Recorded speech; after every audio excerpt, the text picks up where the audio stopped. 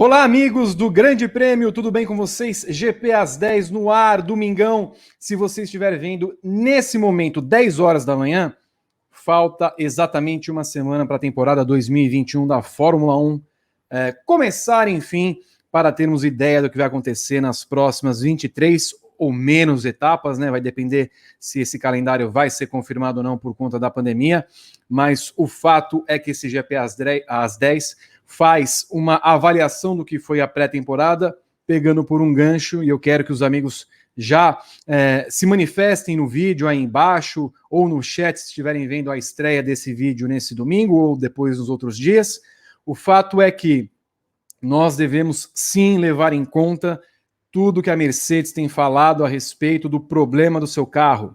Ela mesma falou que a traseira do W12, uma traseira que foi feita ao extremo, aerodinamicamente falando, né, esteticamente falando, ela tem problemas e deixa o carro muito nervoso e tem deixado o carro lento. A Mercedes, claro, tem completa capacidade para refazer o seu carro, para corrigir esse problema, mas vai levar um tempo. E isso não é jogo de cena. Isso não é jogo de cena. E é por isso que começo esse GP às 10 falando que 2021 é a grande chance de Max Verstappen ser campeão da Fórmula 1. Daqui a pouco eu vou falar se vai acontecer ou não, quais são as minhas apostas, mas enfim. O que parece muito claro, e você está vendo a foto aí do Max Verstappen, carro 33, que terminou a pré-temporada com o melhor tempo, um 28.960, 93 milésimos à frente de Yuki Tsunoda da AlphaTauri. O fato é que a Red Bull tem um carro pronto para a corrida. Num circuito que ela já conhece, num circuito que ela testou 3 dias, não fez questão de andar tanto assim, não teve problemas com nenhum dos dois pilotos, nem Sérgio Pérez, que se habitua com a equipe, nem com o próprio Verstappen. Lembrando que o Pérez foi o mais rápido na manhã de domingo passado. Então, dessa vez, a gente tem que crer que pegando a base do ano passado, o RB16, e juntando com essa base do RB16B, as evoluções que foram apresentadas desde então, um motor Honda que Edgar Melo Filho diria, motorzão, hein? Motorzão. Honda fez um ótimo motor para sair da Fórmula 1. Então, a Red Bull tem de aproveitar esse início de temporada em que a Mercedes vai ter de mexer na traseira do seu carro, e isso não leva pouco tempo. Ela vai ter de se habituar a trabalhar em cima desse carro que tem uma nova configuração, e ela vai ter de levar esse carro lá para o túnel de vento, vai ter de testar novas partes aerodinâmicas para consertar e não deixar tão nervoso. E é nisso que a Red Bull tem de começar a fazer pontos, fazer com que Verstappen ganhe as primeiras provas do campeonato. Tem um problema, entre aspas, que é Pérez. Pérez não é Albon. Pérez está muito mais para Ricardo, daquela época, do que para um Albon ou para um Gasly. Ele vem para se acostumar com a equipe. Não creio que na primeira prova no Bahrein venha já para disputar roda a roda com o Verstappen, mas não é um piloto que vai aceitar de bom grado ser apenas um segundo piloto para fazer uma passagem de um ano na Red Bull, e aí não se sabe o que vai acontecer com ele. Pérez, de fato, vai passar um ano se divertindo, porém, ele tem o melhor carro que ele poderia ter nas mãos na Fórmula 1, tardiamente na carreira. Ele não vai jogar fora essa oportunidade, ainda mais guiado pelos patrocínios que ele tem, por uma América Latina inteira que está torcendo por ele, por pessoas que querem fazer dele um piloto vencedor de corridas e que ao menos mostre uma disputa interna. Então aí haverá um problema. Christian Horner vai ter que sentar os dois e falar: meninos, temos teoricamente o melhor carro nesse começo de ano. Não façam besteira. Não vão bater na quarta curva, como Verstappen fez com Leclerc, ainda que Verstappen não tivesse a culpa naquele GP de Sakir. Mas não joguem fora os pontos que serão necessários para a disputa do título desse ano. E, finalmente, ao que parece, nós teremos uma disputa de título. Como tivemos em certo ponto em 2018, até Vettel rodar naquele GP da Alemanha, entregar os pontos e o título a Hamilton daquele ano. É claro que Hamilton continua como favorito? Óbvio, não tem nem dúvida disso. A Mercedes é a melhor equipe? óbvio, não tem nem dúvida disso. Agora, a Mercedes enfrenta um problema que ela nunca enfrentou nos últimos anos, que é consertar um problema num carro que, teoricamente, era o melhor carro do grid e que ela, pelas mudanças pequenas que o regulamento permitiu para esse ano, fizessem com que ela apostasse num desenho que não deu certo. A gente tem que levar, sim, em consideração o fato da pré-temporada ter sido feita na mesma pista que vai receber a primeira etapa do campeonato. Diferente dos anos anteriores, quando era Barcelona e quando íamos, por exemplo, para a Austrália, no ano passado, no caso, para a Áustria. Demorou 4 meses, mas é bom lembrar que nesses 4 meses, embora não tivesse havido um trabalho, houve uma mudança significativa nos carros que na pré-temporada parecia que a Red Bull viria com força e no final das contas a Mercedes nadou de braçada até que a Red Bull achasse o seu problema aerodinâmico. Não parece que a Red Bull carrega nesse seu carro o problema aerodinâmico que tinha uma correlação com o túnel de vento. Portanto, eu diria que as 4 ou 5 primeiras corridas do campeonato, até mais ou menos maio, quando a Mercedes deve achar um ajuste fino ou uma solução para essa traseira nervosa, para esta raba que só mexe, até lá, que Verstappen ganhe 3 ou 4 provas pelo menos. Ou, se Pérez ganhar a primeira ou a segunda, que seja Pérez o líder da equipe que leve a equipe a disputar o título. Não é o que eu acredito, claro. Acredito que vão apostar óbvias fichas em Verstappen e fazer com que ele corra contra Hamilton na disputa desse título. Pérez e Bottas. Pérez e Bottas vêm num patamar abaixo. Pérez, como eu falei para vocês, muito bom piloto, cresceu depois da sua vitória, fez uma temporada muito boa no ano passado pela Racing Point, mereceu a vaga de segundo piloto da Red Bull, e aí vem, como eu falei para vocês, num ano em que ele tem tudo ou nada, basicamente.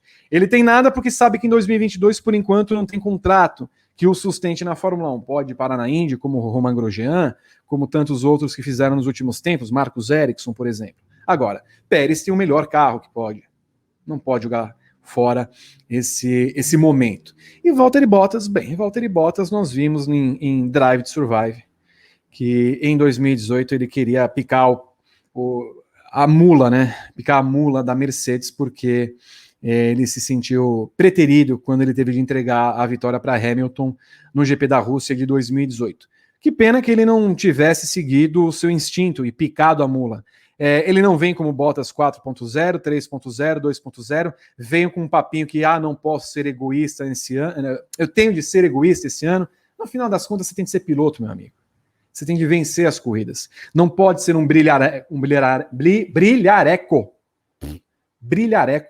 como fez em algumas provas em cada uma das temporadas que disputou como piloto da Mercedes. Então, eu não acredito, claro, em Bottas, tenho certeza que você não acredita em Bottas, e aí a disputa ficaria num patamar Hamilton-Verstappen, logo ali Pérez e Bottas correndo por fora como o grande coadjuvante dessa temporada. Que acho, e não vou dizer tenho certeza, vai ter um pelotão muito mais próximo. Muito obrigado. Um pelotão muito mais próximo que vem a chuva do que tivemos nos anos anteriores. Esse regulamento que é um regulamento básico, por assim dizer, permite que as equipes testem mais outros recursos aerodinâmicos sem ter o medo de perder o rendimento do ano passado. Claro, algumas equipes não tinham o que perder de rendimento do ano passado porque foram muito mal. Casos de Haas, Williams, Alfa Romeo e a Ferrari, propriamente dita, que não tinha motor, né? Esse ano ela tem um motor que volta a ser alguma coisa competitiva, pelo menos nisso Alfa Romeo e Haas podem respirar um pouco mais tranquilas, mas o fato é que nós teremos um bolo muito mais concentrado, ainda com Red Bull e Mercedes à frente, essa Mercedes que precisa reaver os conceitos do ano passado, mas eu tenho a impressão que McLaren, Alpine, essa Aston Martin, quando conseguir resolver os problemas de câmbio, de turbo, esses problemas técnicos, esse pelotão vai andar muito mais próximo, tentando pódio, pelo menos, tentando ver se as duas primeiras equipes têm algum problema do qual elas podem se aproveitar. E geralmente, quando acontece a primeira prova do campeonato, com alguma mudança de regulamento, ainda que mínima, a gente tende a crer que pode acontecer uma série de surpresas para esse ano. Eu não me espantaria se a Mercedes só brigasse por um lugarzinho no pódio, e olhe lá. Não vi muito bom desempenho nesse carro W12, a Mercedes vai tentar também tirar o máximo proveito dos pontos que puder nesse começo da temporada, até que resolva esse problema. Anotei aqui algumas coisinhas também para falar com vocês, e também quero que vocês vão comentando, por gentileza. Sebastian Vettel.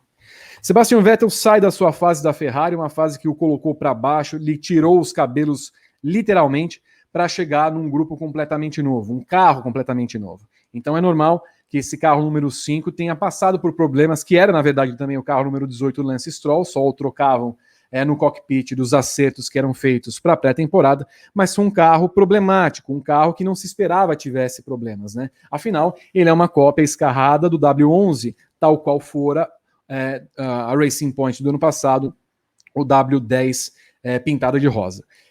Não creio que haverá tantos problemas assim, afinal é uma equipe coligada à Mercedes, e a Mercedes sabemos que tem um departamento de desenvolvimento muito grande, já devem ter sentado as pessoas ao longo dessa semana para ver quais eram os problemas que afetavam o carro do British Green, e creio que a Aston Martin tem um ritmo interessante para andar, tanto com a McLaren quanto com a Alpine, que é uma grande surpresa, um carro muito bem desenhado, com uma estética, com aquele morro atrás de seu carro, aquela abertura de ar, como vemos aí na tela, o Rodrigo Berton colocando no carro que pertencia a Esteban Ocon naquele momento. É uma solução técnica da qual ninguém esperava, uma solução que vem a reboque dessas mudanças, mas que é muito significativa, porque nenhuma equipe teve uma solução sequer parecida com essa. Então você tem uma entrada de ar muito grande, você tem esse morro que é para comportar a refrigeração do motor Mecachrome Renault, de modo que o carro deve ter um bom desempenho. A Renault fez um bom motor já no ano passado e deve manter o ritmo esse ano,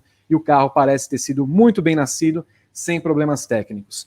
Acredito então, portanto, que tanto a Alpine quanto a Aston Martin, quanto a McLaren, que também mantém uma curva de desenvolvimento bem interessante, com um piloto que se adapta muito bem a qualquer situação, que é Daniel Ricciardo, já entrou no carro, já fez o melhor tempo em alguns dos treinos que a gente viu na pré-temporada, e ele com o Lando Norris, que é um piloto em desenvolvimento e também ascensão, são capazes de colocar esses carros papaias em condições de igualdade com essas equipes que eu falei. Então, eu vejo Red Bull e Mercedes um pouquinho Red Bull acima nesse momento, e depois uma tríade formada por Alpine, Aston Martin Alpine, Aston Martin e McLaren. E logo depois, o que eu considero como a surpresa da pré-temporada, a AlphaTauri. A AlphaTauri tem um desenho completamente diferente daquele da Red Bull. No que ela pode se valer das questões técnicas, ela se vale, claro, da sua mãe, da sua nave-mãe, quase um Big Brother. E aí, no final das contas, mesmo tendo um carro completamente diferente, enfrentou alguns probleminhas, mas não foram suficientes para dizer que se trata de um fogo de palha. Yuki Tsunoda entrou muito bem, Helmut Marko já disse que é um piloto sensacional, de fato foi um piloto muito rápido nessa pré-temporada, o fato que ela tem em Pierre Gasly um verdadeiro líder, agora na condição de vencedor de corridas, sabe como comandar essa equipe, sabe como acertar, já com a cabeça refeita de quando foi defenestrado da Red Bull. Carro bem sucedido, bem nascido, não creio que, claro, vai andar no ritmo da Red Bull, mas também deve incomodar essa tríade que eu falei entre McLaren, Alpine e Aston Martin. Deve ser logo a sexta equipe ali, creio até à frente da Ferrari, que esqueci no GP às 10 que fiz com Evelyn Guimarães na última quinta-feira. Foi a Evelyn que me fez esquecer, ela sempre me atrapalha na condução do programa, mas essa Ferrari aí, ao menos com um motor bom, que possa pelo menos ter uma igualdade de condições com os demais motores da Fórmula 1, mas o carro ainda tem que ter algum acerto fino para poder ter uma disputa muito mais acirrada com as equipes da frente. E tem Leclerc agora, o seu líder, um ótimo piloto em volta rápida, que vai ser o grande trunfo dele, como foi no ano passado em algumas das corridas, largava na quarta, na quinta colocação, acabava terminando em 13º, 12º, coitado, quando muito, e aí Carlos Sainz também se habituando à equipe, um ótimo piloto que deve também provocar alguma faíscazinha lá dentro do grupo de Maranello. O fato é que a Ferrari está se aproximando daquele pelotão, ela vem com um papo dizendo que quer ser quarta colocada no Mundial de Construtores. Eu acho muito para ela nesse primeiro momento, mas de qualquer forma, sendo quarta, quinta, sexta ou sétima, como o Pedro Henrique Marum falou no seu GP às 10 na última sexta-feira, uma posição mediana, e mediana, medíocre na concepção didática do vernáculo e da palavra. Então não creio muito que a Ferrari tenha a evoluir. Por fim, nós temos 3 equipes, a Alfa Romeo se aproximando muito também, se valendo do motor que a Ferrari fez, mas com um ganho aerodinâmico muito interessante que permitiu a Kimi Raikkonen terminar entre os 5 primeiros nos mais rápidos da pré-temporada. É claro que eu não creio que ela vá também ter esse desempenho sempre, mas não vai ser aquele desempenho o tempo inteiro para ficar andando em 13º, 14º, 15º, 16º. Último. Não vai acontecer. Não vai acontecer como aconteceu com o Raikkonen em algumas das provas do ano passado. Giovinazzi é um piloto que a gente sabe que não tem arroubos de talento, mas o Raikkonen, quando quer, ainda consegue tirar alguma coisa do carro. É uma Alfa Romeo que evolui, portanto, que pode conquistar alguns pontos interessantes ao longo da temporada, mas se não desenvolver o carro, e isso é capaz de acontecer, vai acabar ficando para trás do meio da temporada para frente.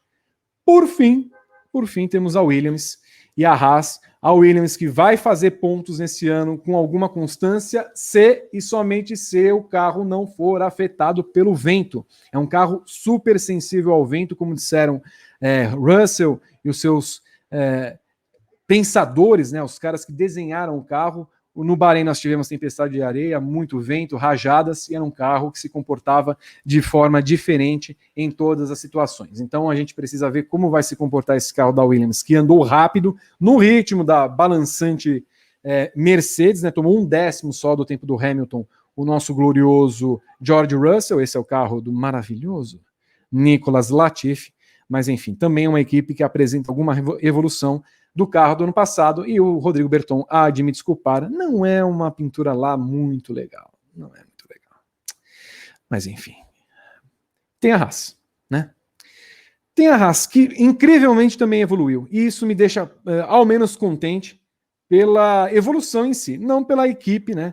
Que sabemos que nós estamos fazendo beicinho por conta não de Mick Schumacher, mas de Nikita Mazepin. Mazepin é essa pronúncia, esse piloto que pinta o carro com a bandeira russa, já que ele não poderá correr com a tal, devido à punição aplicada pela WADA, a Agência Mundial do Doping, né, antidoping, que impede que os competidores russos, muito obrigado mais uma vez, que os competidores russos corram com a bandeira russa, mas de qualquer forma, esperamos a Haas ali na última parte do pelotão, mas não creio que vá também ser alguma coisa vexaminosa a ponto de ser só mais rápida que uma Fórmula 2. Então, eu creio em um grupo mais compacto, creio em algumas surpresas na temporada, creio também que a Red Bull tem de se valer nas 4 primeiras 5 provas de tudo que ela pode entregar desse seu carro até que a Mercedes o alcance.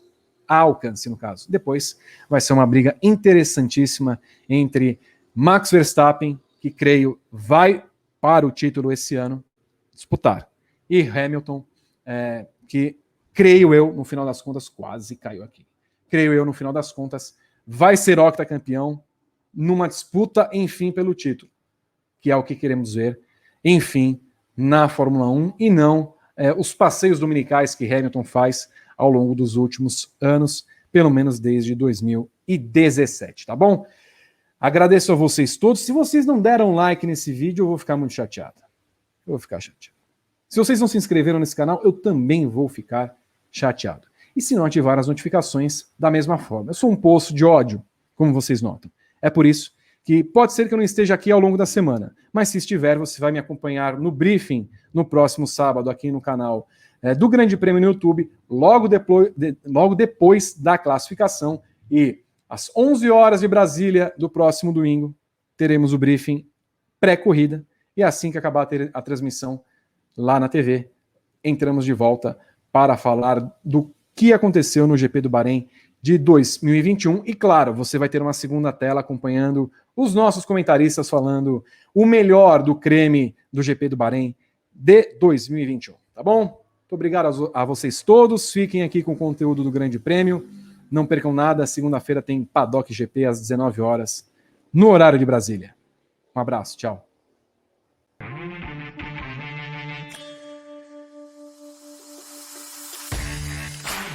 Música